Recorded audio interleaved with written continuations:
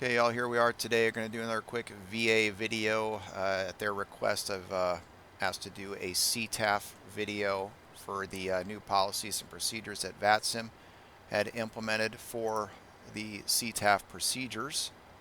And so we'll jump right into it here. The first thing I want to show you today is if we go to the VATSIM website and you click on the side panel here, you're going to want to look for VATSIM AIP. That's one page in particular that we're going to show today.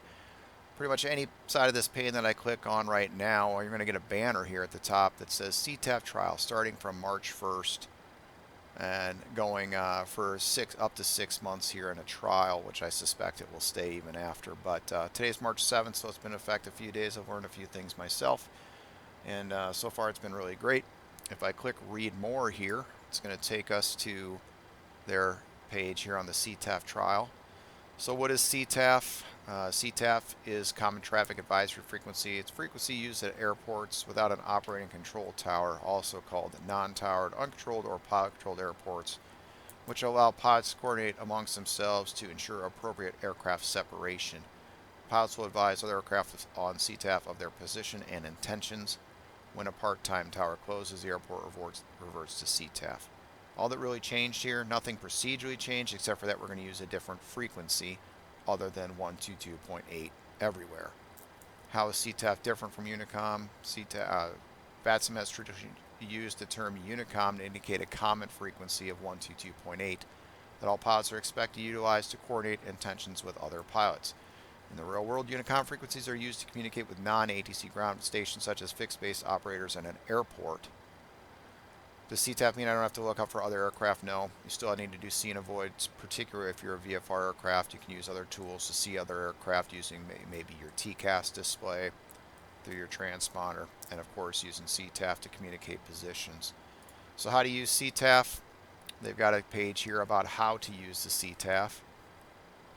Basically, you're going to broadcast your position and intentions in the blind to others who may be on the frequency, and then they will in turn coordinate as necessary to resolve potential conflicts between the two aircraft. Generally, CTAF should be used within 10 miles of an airport at or below 5,000, or for larger airports out to 20 miles and 10,000 feet.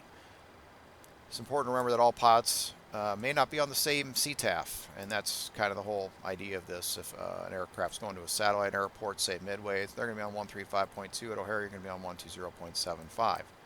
So it's going to also relieve with frequency congestion. A little bit about, let's see, their en route environment. So it says here in this last sentence of this statement here under the note, this can include en route, approach, and departure environments if no ATC is online. In those environments, you're going to still use the global CTAF of 122.8. It's kind of like setting standard altimeters above 18,000 feet. So everybody's basically on the same playing field in the en route environment. So your CTAF call should be formatted with the following structure: airport, traffic, your call sign, location, intentions, and then the airport again. So our last example at the bottom there, Philadelphia traffic, United 1776 is 10 miles south inbound, ILS Zulu runway 9 right, Philadelphia. You're making that broadcast in the blind there so that any other aircraft going into Philadelphia understands what your intentions are and where you're at. You're 10 to the south and you're going to do the ILS Zulu at runway 9 right. And you want to give that airport again at the end of the transmission in case someone only caught part of your transmission. If they hear Philadelphia, they're also going to Philadelphia. That's key for them to listen up and start to communicate in return with you. Special cases, I'm not going to go through this stuff. You guys can look at that. Which frequency to use. So they put together this here on the website as well. Sky Vector, if you use sectional charts, let's say on Sky Vector. Some examples. So here at Delaware Coastal non-towered airport, 123.0 would be the CTAF frequency there. Also looking on a chart supplement in the communications section, 123.0 there.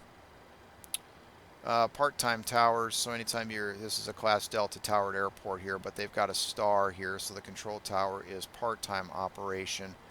118.1 is also the CTAF frequency, so when the tower is closed, that same frequency is your CTAF frequency, and it does say here, VATSIM, controllers may choose to simulate ATC operating hours. If unsure, please check with ATC. VATSIM Airport Information Publication page. I'm going to show you that here momentarily. That's also got a listing of different frequencies and the CTAF frequency.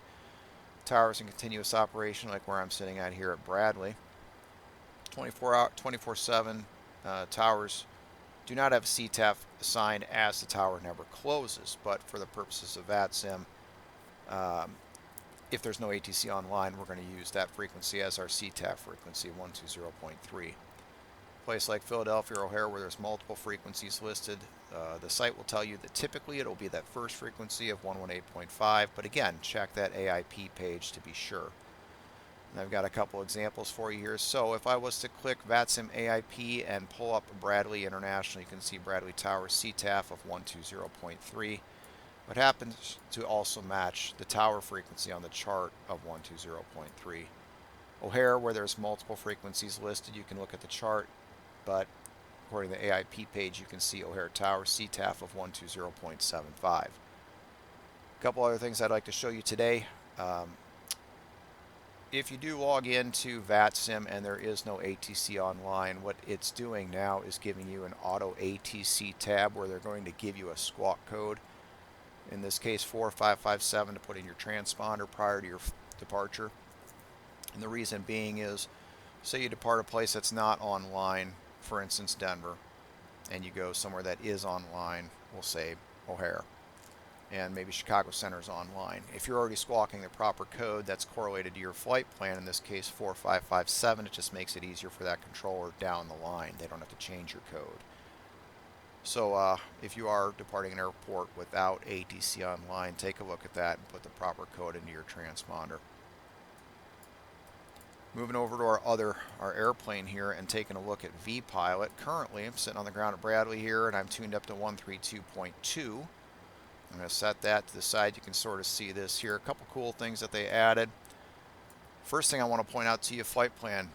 Click flight plan, and it no longer takes you to that dialog. It actually takes you to their website for filing of flight plans now, so keep that in mind. That feature's been changed. Also, I can right click on these frequencies now, and if you watch my radio here, I can right click and go tune count 1, overcast, which is really temperature nice. 1, 2. Now I don't have to spin those wheels anymore. I can just right click and tune. I can also double click the ATIS to get the ATIS information, if you weren't aware that you could do that. And another great feature, and I think this is probably one of the best features, because we're talking about CTAF as much as we are, they added a command where you can do .ctaf space and then the airport, and it will right there in the vPilot client tell you what that frequency is for CTAF 120.3. Please keep in mind, in this case with Boston Center Online, I don't want to just go to 120.3 and taxi and take off. This is only for when there is no ATC online above you. As we were talking about previously, 122.8 is what you would have used previously. Now we're just using the CTAF frequencies for when ATC is not online. In this case today, Boston Center is online. He covers Hartford. I want to tune up 134.7, use 134.7 for my taxi, take off out of Bradley, and then of course my departure frequency would be 134.7. If you were departing an airport and there was no ATC online and you're using the free CTAF frequencies here, just be on the safe side, because there's going to be a lot of guys that are not familiar with the new policy. You could monitor the old 122.8 on your COM2, and the way to do that is simply depress this button here to monitor VHF2, and with that depressed you can see in my vPilot client that I'm actually receiving only on 122.8, so I can monitor that frequency by just depressing that button there. If I wanted to transmit, I would just need to highlight this button here to transmit, and you can see that it now shows transmit and receive on 122.8, and that works for any airport here. So we can do .ctaf for O'Hare even and see that it's 120.75. That's about all I think I needed to show you or wanted to show you today. If you have any questions, feel free to ask in the Discord. I hope that helps.